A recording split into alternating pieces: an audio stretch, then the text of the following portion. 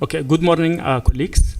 Welcome to African Union press conferences, and it is my honor to moderate this session with our colleagues in Economic, Cultural, and Economic Cultural Council of African Union, based in Zambia.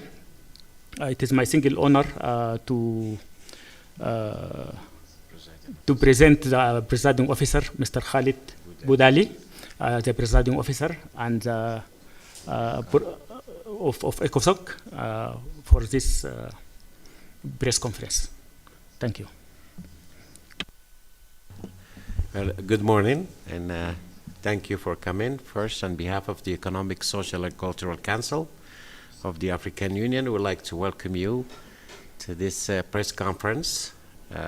So it's give me great privilege to invite all the media outlets and journalists and any other related media outlets. Also, we're joining here today by my friend and my colleague, Head of Secretariat, Mr. William Carew. Also, we are joining here by the Standing Committee, the political leadership, by DPO West, Madam Brenda, my friend and colleague, IT cluster, Mr. Haroun from Chad, and our program officer, Mr. Nana Kusei, he's here with us. At this point, I'd like to turn over to, and also we are joining here today by CEDAW Director. Welcome, Your Excellency, and my friend and colleague also, Madam Hazel from CEDAW. Thank you very much for being here with us, and thank you for your support. At this time, I'd like to turn over to my friend, Head of Secretariat, to give us a little presentation, then we move forward. Thank you. Thank you very much, Presiding Officer, and good morning, members of the Fourth Estate. As you all are aware, the African Union Economic, Social, and Cultural Council, which is one of the organs of the African Union, is a civil society body of the African Union that has a mandate to provide input into the policies and programs of the AU. When you look at the African Union transitioning from the organization of African Unity to what we have today as African Union, which is more of a people-centered and a people-driven union, there is need for the AU to have an entity that provides direct interaction with citizens and our policymakers.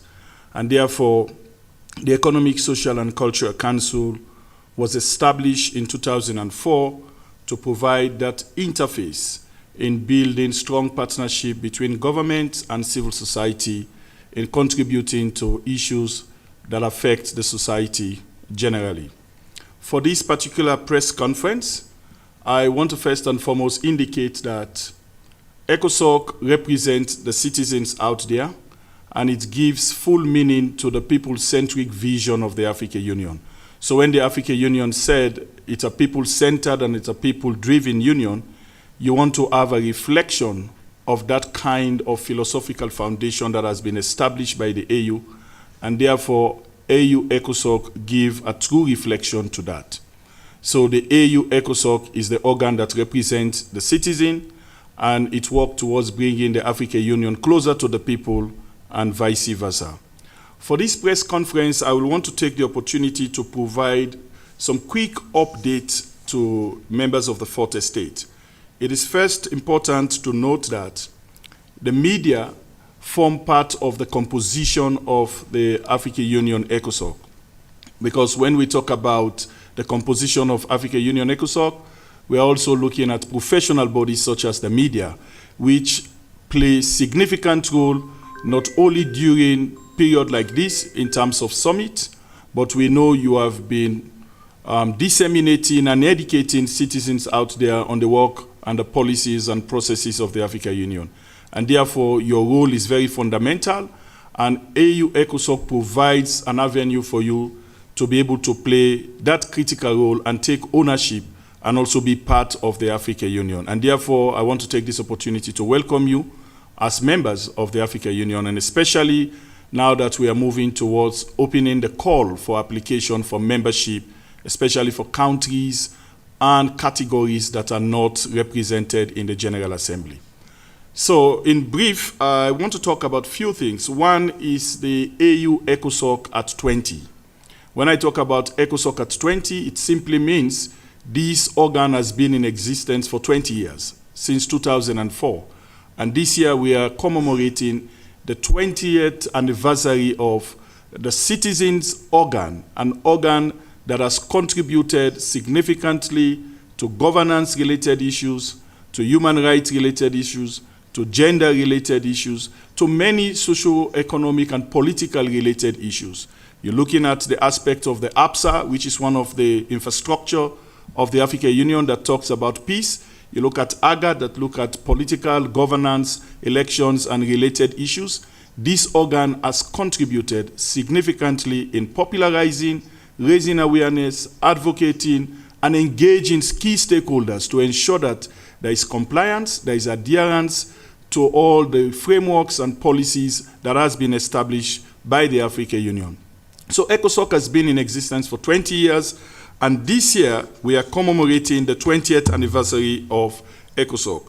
So we will be starting this engagement by developing an ECOSOCC at 20 event communication and branding strategy, where we will launch ECOSOCC at 20 insignia, and then we will start the promotional campaign. So this is just one of those press releases, social media engagement, and press conferences that we'll be having. But more or less, the focus will be to showcase the unwavering support and contribution of civil society over the 20 years within the framework of the African Union. We will also look at opening registration for participants for the 3rd Annual Citizens Forum, which is also coincide with the official ECOSOCC at 20. So we have a flagship project which we undertake on an annual basis after the Malabo summit, where the issue of unconstitutional changes of government was a major concern, and therefore the citizens of Africa are the most affected when there is an unconstitutional changes of government. It affects education, it affects the health sector, it affects the economy, it affects society as a whole. And therefore citizens are mostly affected. The children, the women, the elderly, the youth, even men were all affected. And therefore ECOSOCC, as one of the organs that has that critical role to engage key policymakers, have been undertaking on an annual basis as citizens, or what we call a societal audit, in terms of looking at what are some of the fundamental issues that has led to this unconstitutional changes of government, which has been an issue of the past. For those of us who have been engaging in governance-related issues, you know very well that these were issues which we have left in the 90s, but they have now resurfaced again, and therefore it's a major concern. So ECOSOCC has been playing a critical role from a citizen's perspective to see how we can bring awareness to this. So we will also be looking at it as one of our commemorational activity this year. Then in April, we will also be looking at engaging into wide thematic focus of engagement, but working with different development partner donors who want to support and want to contribute. We kindly ask them to reach out to us so that we can work in partnership in contributing towards showcasing some of the good work which African Union and civil society have done over the years. We will also kickstart the execution of the inaugural ceremony of this particular event. We will look at the Wall of Fame exhibition, recognizing people who have played critical role over the journey. Remember, since 1990, when we are talking about the popular participation that has led to the formation of the working group, the establishment of ECOSOCC as an organ, and what we have today within the African Union as an advisory organ that can contribute to policies within the framework of the African Union. So the annual Citizen Forum, which I talked about, will be there. We will also work on the activation of the ECOSOCC National Chapter. So National Chapter of ECOSOCC is an entity that we have at country level, that actually contribute in popularizing the AU programs and policies at country level.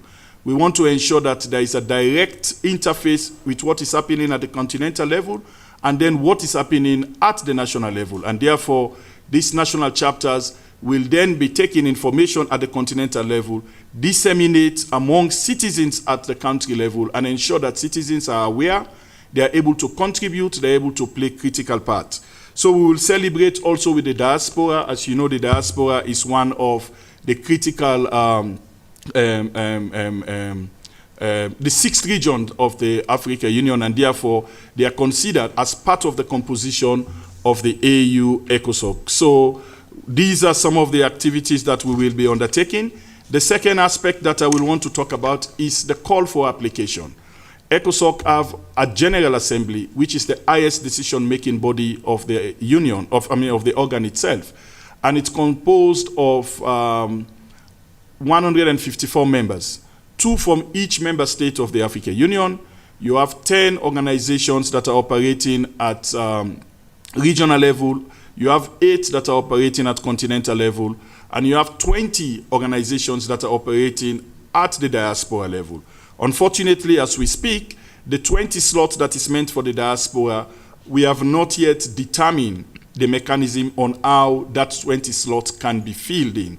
Therefore, it's an ongoing process. The framework has been submitted to member states during this summit.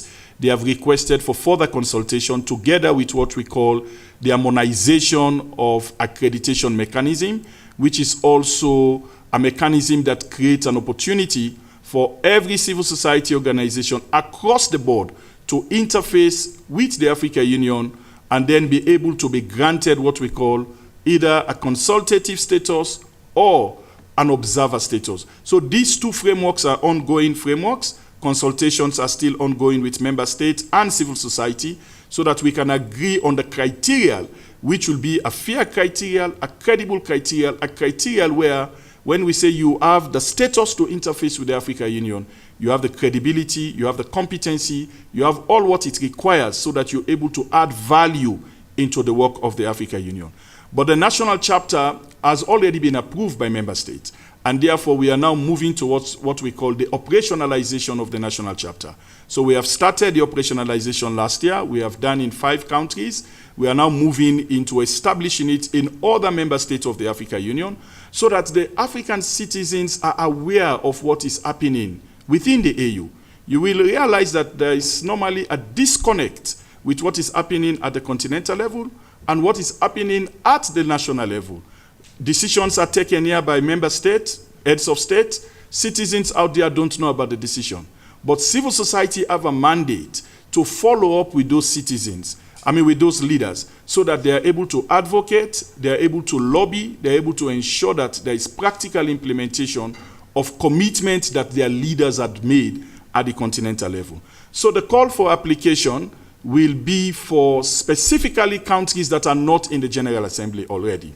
The call was made in 2022, and you will have to apply, and criteria, if you meet those criteria, you will be assessed, and then you will be granted membership through an electioneering process where those who meet the criteria will vote, and then at country level, you will elect 2 country representatives, 2 organizations that will represent that country into the General Assembly.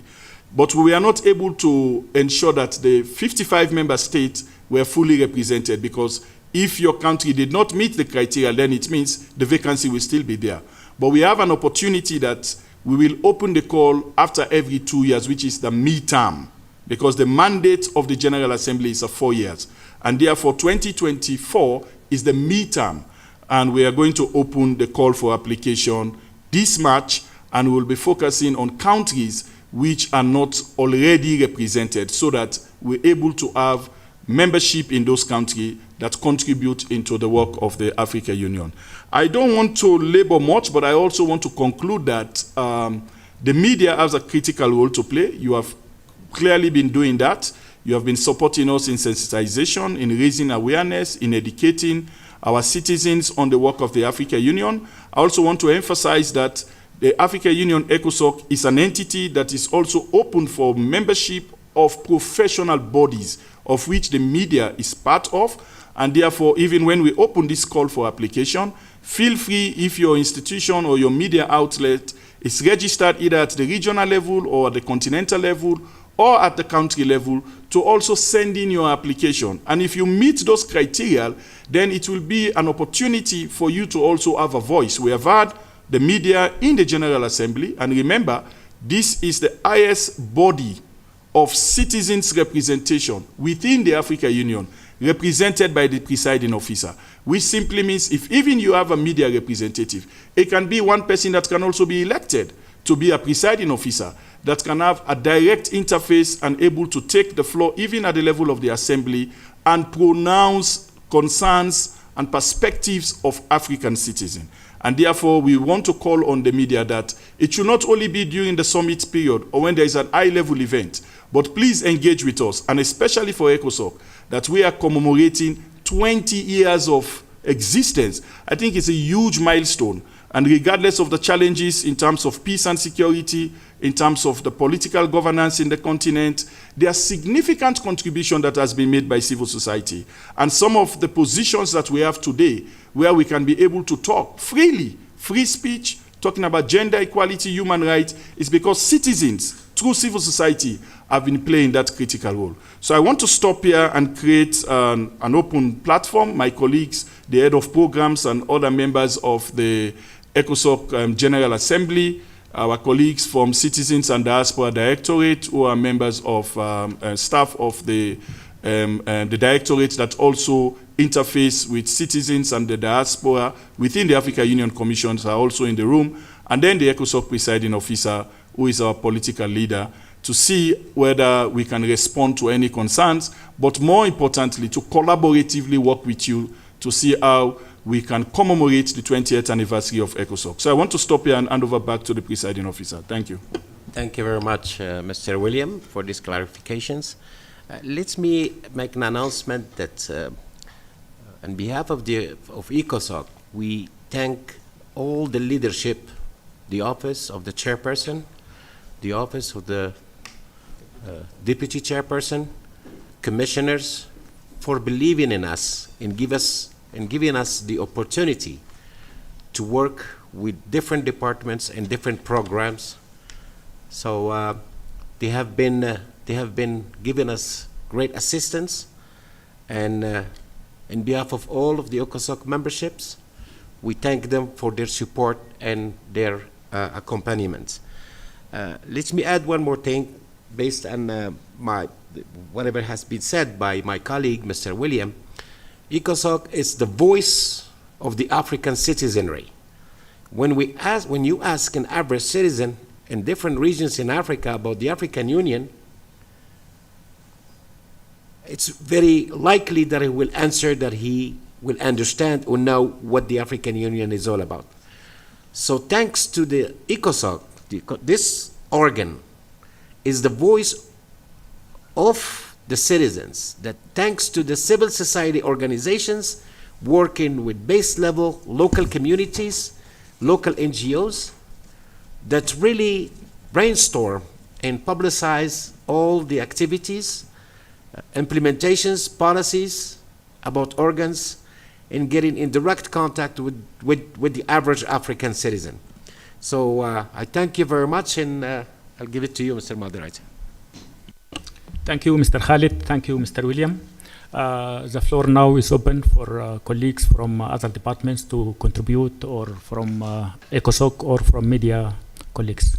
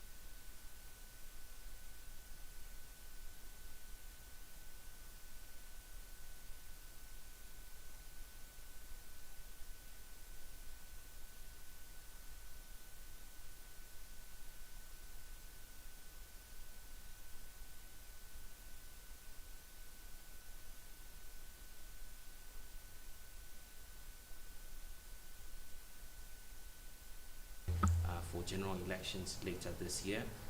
What do you also have to say about that process? And also my second question on the economic angle. We know that a number of frameworks have been rolled out, such as the Africa Continental Free Trade Area. We're hosting that in Ghana, but the effects for some is something that we're not feeling because the country is running an IMF program, just like some others on the continent. What do you have to say about the need to expedite that framework and also to ensure that people feel the impact of what's happening? Thank you.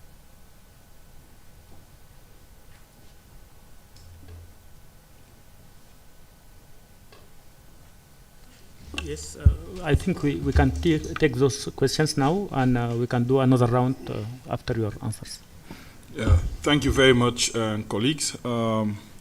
We do have some of our technical experts in the room, and therefore some of the questions I will direct them to my colleagues who are specifically working in those specific portfolio. So Mr. Ose, who is the head of program, we have done extensive work on the aspects of unconstitutional changes of government, and then also we have an established framework on how we contribute into policies and programs of the African Union in addressing some of these critical issues, especially when you look at the theme of the year, like you have mentioned on the aspect of education and on constitutional changes of government. So those two questions, I will want to leave it with Mr. Ose, who is the head of programs, and to respond to that. And then maybe if the presiding officer or any other member have any additional points, they can also give in. But let me respond to one or two of the other question. One is what are the other issues that are affected, that is affecting citizens? When you look at even ECOSOCC as an institution, Economic, Social, and Cultural Council, the mandate which we have is to provide input into policies and programs. And when we talk about policies and programs, within the AU, we are looking at multiple dimensions. It's a multifaceted kind of approach. Therefore, we look at political issues, you look at social issues, environmental issues, economic issues, cultural issues. So it's an all-encompassing issues. And even the manner at which the AU itself is structured around thematic and specific focus, then you realize that our role as an organ is a policy advisory role. And therefore, most of the work that we do is structured around developing perspectives of citizens. I mean, generating the perspective, picking the perspective from citizens, synthesize those perspectives into policies, and then provide it as a policy recommendation.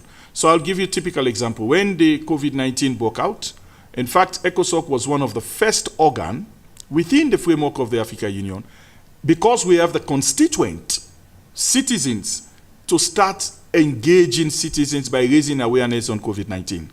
And we worked with our partner, the African Development Bank, and we did one of the most exciting campaign raising awareness, bringing health experts, and it was done virtually, where we used to have over 600 people online, citizens who want to know what are these whole issues of monster called COVID. There was a lot of misinterpretation, misinformation, which we were able to address, bringing health experts, professionals from member states to come and face citizens and talk to them. And at the end of the day, we use all those information and the perspective and experiences we got from the citizens, synthesize it and develop a policy document, and submit that policy document to the African Union, so that we expect that the African Union, at the highest level of decision making, if another pandemic or anything that we are confronted with, we will learn from the lessons of COVID-19 to help inform us on how we can respond to such pandemic. So this is one of the ways that we work. But to respond specifically to your question, environmental issues is a major concern. We are talking about climate change. And when you look at climate change, it affects the economy, and that is the reason why there is a nexus now between climate change and the economy, and many other aspects. There is also aspects of governance, there are aspects of peace and security, the instability in the continent, the aspects of health-related issue, food security, education. So these are all issues that we address. But our role is basically to advocate, raise awareness, provide policy recommendation, and create an opportunity for citizens to demand for accountability. Beyond that, we cannot do anything. So that is what we do to specifically respond to that question. The second one, whether the policy maker do listen to our recommendation. We normally say, when you look at our mandate, it can be demand-driven, it can be supply-driven. Demand-driven in the sense that we can be asked, because we have all these experts in the room. Our colleagues who are here, they are working in the field, so they are practitioners. They have practical experience. And if you want to inform policy, you need evidence, evidence-based. And therefore, based on what they are doing at country level, the best practices, the lessons learned, the challenges that they have encountered, how do we get all those information to help us to make some analysis based on fact to inform policies? So what we do, we get those information. If we are asked as AU ECOSOCC, provide information on illicit financial flow, we go back to the citizen. What are your challenges with regards this aspect? Get their perspective, and then develop that policy recommendation and supply. That is the supply, the demand-driven. The other aspect is we can look at issues that is affecting the continent. Like now we know there is an issue of climate change. We have developed policy recommendation on climate change. There is the issue on the AFCTA, which my brother have just mentioned. ECOSOCC has embarked on extensive sensitization. One, people need to understand what the FCTA is all about. Citizens need to understand. Government needs to look at the broader and the bigger benefits of the AFCTA in terms of the economic gains that it would bring to its citizens. We should not look at it from a bilateral point of view. We need to begin to look at the multilateral stage where all of us as a continent were able to significantly gain. And therefore, we have embarked on sensitization. We have embarked on a policy recommendation, which we have done. And in fact, we are also talking about accompanying framework, like the Free Movement Protocol. So if you look at our social media page and our engagement, we are one of the organs that has been consistently talking about free movement. In fact, in 2 weeks from now, we will be engaging parliamentarians, looking at ratification on Free Movement Protocol. How do we ratify the Free Movement Protocol so that it comes into effect, so that we're able to have a practical and full implementation of the AFCTA. I want to stop here and I want to call on my colleague who is the head of program. He will be able to give you specific and appropriate response on constitutional changes of government and more especially on the theme of the year, specifically on education. Over to you, Mr. Hosea, as a technical expert.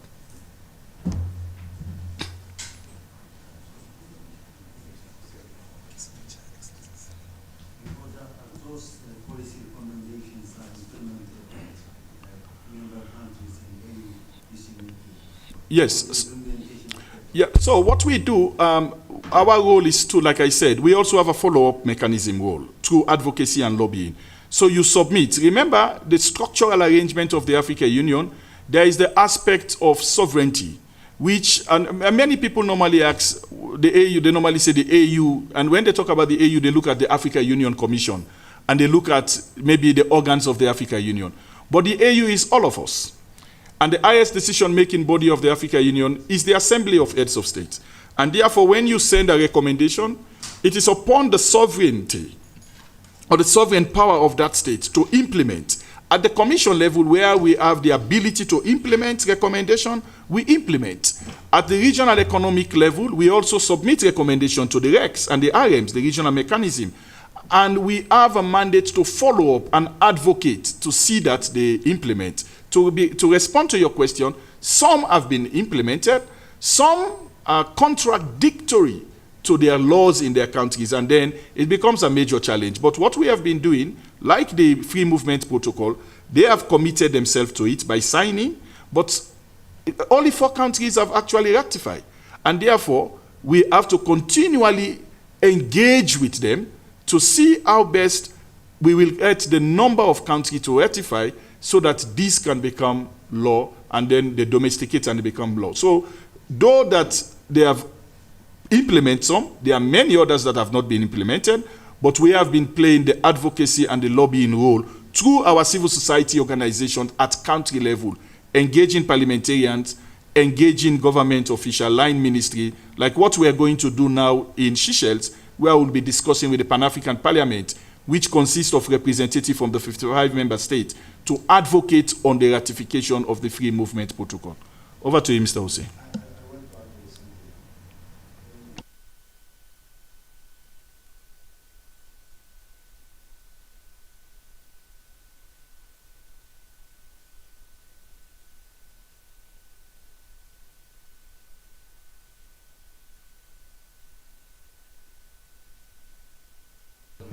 What do you recommend on this? Thank you. My deputy presiding officer for West Africa is here. In fact, they have already had a convening to begin to look at what role that the civil society organization in Senegal, working with the civil society organization in the region, can do. And like we say, we will raise our voice. That is our mandate. We will provide advice. That is our mandate. But in terms of the power to implement those recommendations, they are beyond us. Because each country has their sovereign power and they have their sovereignty. But what we have been doing is to engage. In fact, the presiding officer has been very good in it. In Libya, he will give you an example. Engage in Libya. Engage in Mauritania. He has also been engaging in Mali. We have had a lot of engagement where we are bringing the concerns of citizens to the leadership to say, when these atrocities are taking place, it is the citizens that are affected. And even you being a president, you are part of the citizen. Today, you are in leadership. Tomorrow, you will be part of the wider citizen. And therefore, how do we create a conducive environment where citizens feel free and comfortable? But the presiding officer will respond specifically to that. Let me allow my head of programs, who is the technical expert, to respond to the other two questions. Over to you, Mr. Hussein. Thank you very much. So I will address the questions on the theme of the year and the UCG and I believe CFTA. So for the theme of the year, what we do normally is we stay within our mandate. You see, the mandate of the organ is to help to integrate civil society, you know, in the work of the union. And the way that we do that, I think I can best explain as having been designed along three main axes. So one is partnerships. So theme of the year for this year is education. Obviously, we have a continental education strategy for Africa that we are implementing that sets out all of the different goals and targets that we want to achieve in terms of education. Obviously, within the regional economic communities and the national sectors as well, we have different strategies that we have for education. So our role is to, first of all, try to bring civil society in partnership with public authorities, whether it's at the level of the member state or at the level of the regional authorities or at the level of the continental authorities. So how can we establish ongoing, meaningful, and practical ways for civil society actors to coordinate and collaborate with public authorities in order to achieve the goals of the existing strategies. Then the second main area that we work, the main modality that we employ is around visibility and awareness raising. So just now I mentioned that we have something called the Continental Education Strategy for Africa, CSA, which is the governing framework for education. Not a lot of people are necessarily aware of the CSA and what it has to offer and what modalities for interaction and engagement are within the CSA, right? So a lot of the work that we will be doing within the theme of the year for this year is to try to raise awareness about the continental framework on education, so people are more aware, or actually the AU does have this, you know, well thought out, integrated approach to education. It has primary level education, it has tertiary level education, it has a lot of STEM focus activities. It's got a lot of TVET, you know, all of these different elements of education that has been sort of packaged in order to better equip Africans to be able to meet the requirements of the contemporary job market, right? So we have a continental strategy that I think we will be working with the citizenry so they are more aware of it. And then the third modality is around advocacy.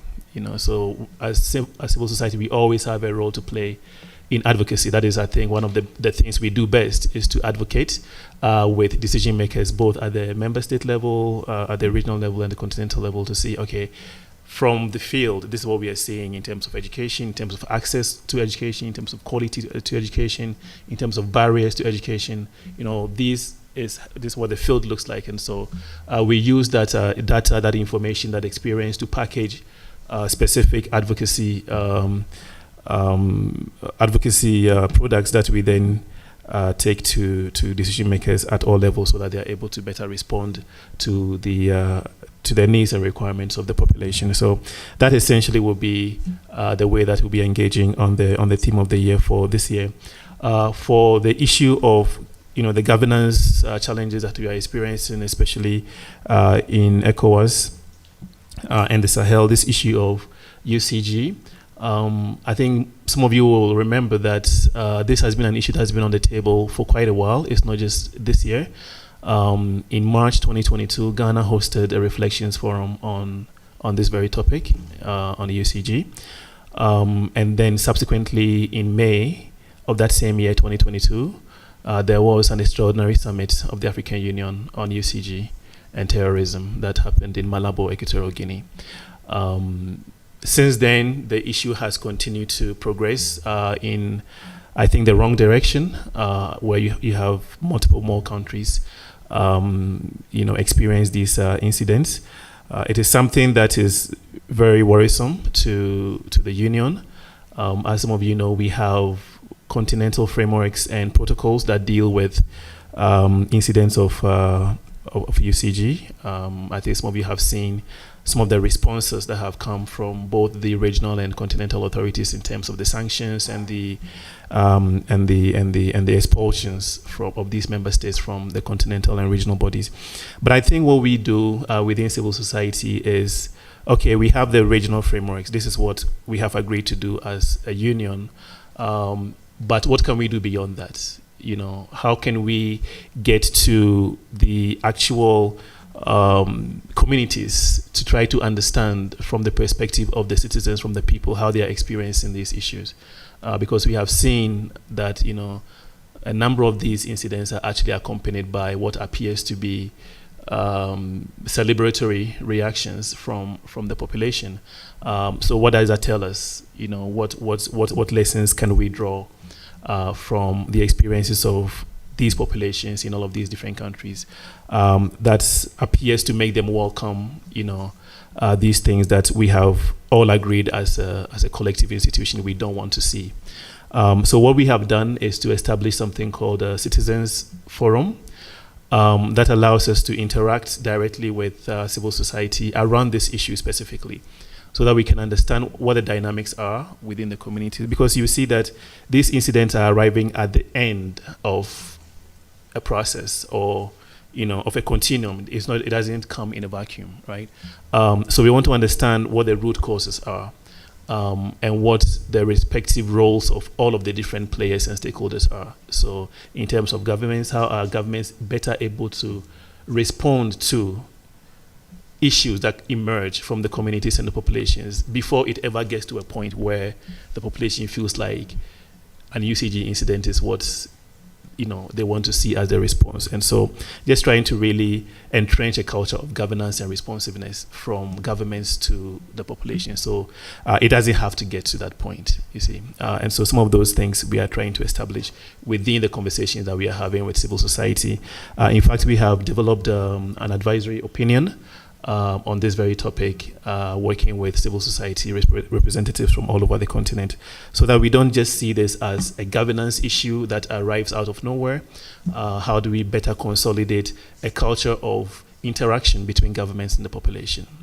How do we make sure that there's a better sense of responsiveness, a better sense of I guess, identity with a national polity. So I think these are all of the different things that we are doing in this area. I believe that Ghana is going to be hosting a follow-up forum next month. So ECOSOCC is actually part of the co-organizers of this follow-up forum, and we will be bringing in civil society actors to make sure that as we package the responses, we are not just focusing on the punitive measures that come at the end. How do we package in solutions that will help us to arrest some of the dynamics and conditions that will, if we don't address, will unfortunately result in those kinds of incidents.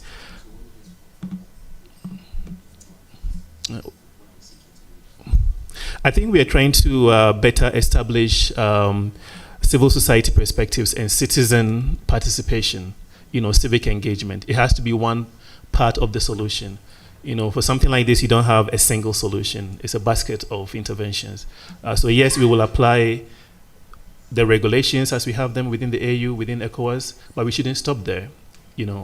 Everybody has a role to play. So I think what we want to do is to really entrench the culture of hearing from the population and trying to find specific ways to integrate civil society within the problem solving. And I think between 2022 and 2024, unfortunately, we have quite a number of countries go down this direction. ECOSOCC has been very active in this area within that time.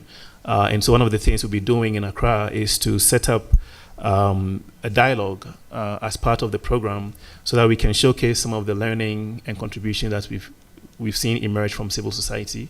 And most importantly, make sure that we integrate that as part and parcel of whatever the Accra Declaration number 2 will be. Because we already have an Accra Declaration number 1 from 2022. We're going to have a second version of that. And I think we want to make sure that in that declaration, in that outcome document, the role of civil society and the population is really well established. Yeah. Then lastly, on the CFTA, quickly, before the PO comes in, I think that I would say that the CFTA has actually started well. To get to a point of achieving a single market, it's a very complicated process, especially when you're dealing with 55 separate economies, with different linguistic, barriers, different systems, different marketing infrastructures. So I think I would actually say that the pace of implementation is quite good. It's been commendable. The way that is being designed is that it's going to be a multi-stage process. So at first you negotiate on different terminologies, rules of origin, things like this. Once you agree on all of those things, then you start to set up the trading rules between the different markets. From there, you're able to establish the single market. Eventually, we want to get to the point of having a customs union. So I would say that the pace of implementation has been good. I completely understand that there is a need for, I guess, people to see it in action, and I think that one thing that we know is that there is absolute uniformity of purpose on this.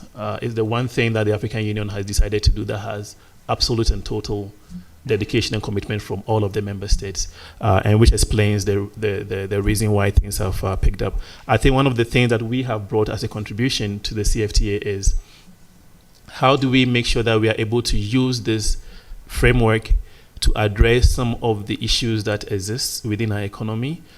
As you know, most of our economies are informal, so how do we bring our informal sector into the single market, So maybe this is an opportunity for us to establish specific mechanisms within the CFTA to address specifically the realities of the informal sector. Another thing that we've been really harping on as an advocacy point, for instance, is how do we use the CFTA to address specific vulnerabilities like women cross-border traders? So from ECOWAS, the Ghanaians going to Nigeria, crossing the border, and there are specific vulnerabilities that you have when you have women, crossing Ghana to Togo, Togo to Benin, Benin to Nigeria. Those are all points where they are subjected to particular issues to do with harassment, and things like this, intimidation, and so we want to be able to use the opportunity created by the CFTA to address some of these issues. But I think overall, I would say that things are progressing well. Yeah. Let me just add some little inputs based on the unconstitutional change of governments or the situation in Senegal. Bear in mind that ECOSOCC is just an advisory organ. Our approach always will be in a participatory way, given a chance to the civic space and civil societies, and engaging more with civil societies and other stakeholders, such as, in most of them are officials. Our plan was to work more and to open the door to different stakeholders. And ECOSOCC was the first organ to put foot on the ground in Libya. And we did manage, despite the security issues, we did manage to bring over 500 NGOs from different regions of Libya. And we get insurance from different stakeholders and officials in there. And it was the biggest success in Africa in March of 2023. And based on the report that was submitted to the AUC, we managed to work on an action plan based on the findings and recommendations that we concluded in that big event. And this action plan was validated by the government of Libya and was validated, I will not say validated, was approved by the Department of Peace and Security. And we are engaging directly, and hopefully in the next 2 weeks or so, we're going to start implementing, working with different AUC department and other stakeholders in the region and a different part of Libya. The same approach we'll have done it in Mali when this issues that has been raised in there. So we managed to create a series of webinars with different CSOs, different stakeholders, approaching politicians, and I personally went there more than 3 times, try to engage with officials, and we did manage to find to bring some findings in some resolutions to the fact, even though we are still trying to be neutral as the best as we can, and we did manage to organize different series of webinars from different regions also in Mali, and our report will be submitted, and then by the end of this year, hopefully to the concerned parties. Hopefully, we can find a way to bring to the advisory report our findings as a civil societies. Our approach also will be under the leadership of our Deputy Presiding Officer. We will be organizing different series of webinars, approaching multiple stakeholders and different civil society organizations from different parts of the region also, to see how can we come up with some recommendations to avoid any unnecessary actions or any unnecessary, God forbid, something will happen there. So we're trying to, ECOSOCC is an organ that tries to put foot on the ground instead of raise awareness with civil society, instead of just being in social media talking about non-official elements. So I'll give the floor, I guess my DPO also want to give us some information about your action plan in the West region. Okay, well, thank you very much.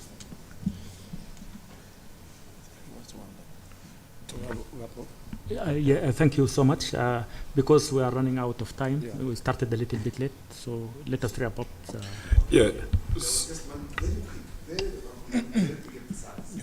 These things have been happening, like you said, over and over and over. And it's like when I become a president, I'm not learning to what happened to me as president.